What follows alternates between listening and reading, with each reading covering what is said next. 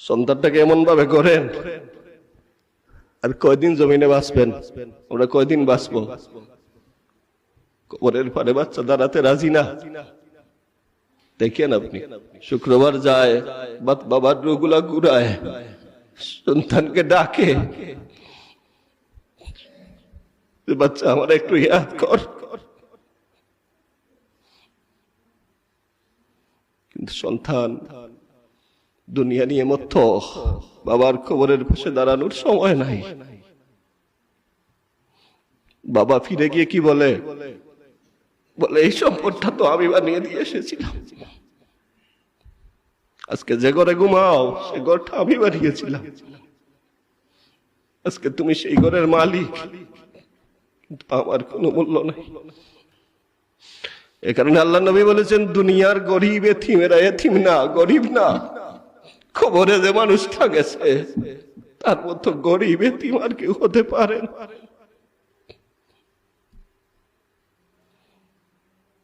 তাই আল্লাহ যেখানে নিজে দোয়া শিখিয়ে দিয়েছেন, রাব্বির হামহুমা কামা রাব্বায়ানি সগীরা, আল্লাহ না শিখিয়ে পারতো? দেখেন, চিন্তা করবেন, আল্লাহর গোলামি করবেন আপনি, আল্লাহ তার গোলামি করার পরিবর্তে মা বাবার কথা বলেছে, মা বাবার জন্য দোয়ার কথা বলেছে। কেন?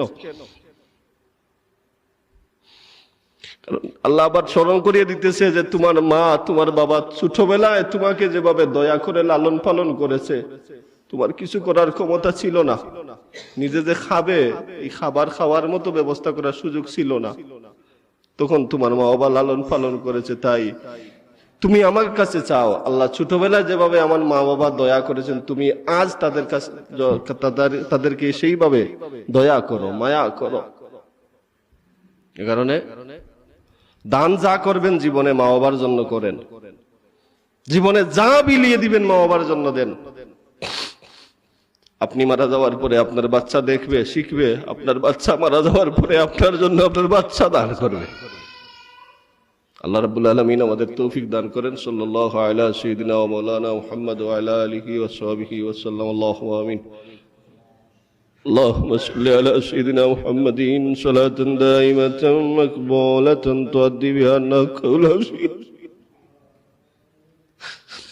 ربنا ظلمنا أنفسنا وإن لم تغفر لنا وترحمنا لنكونن من الخاسرين.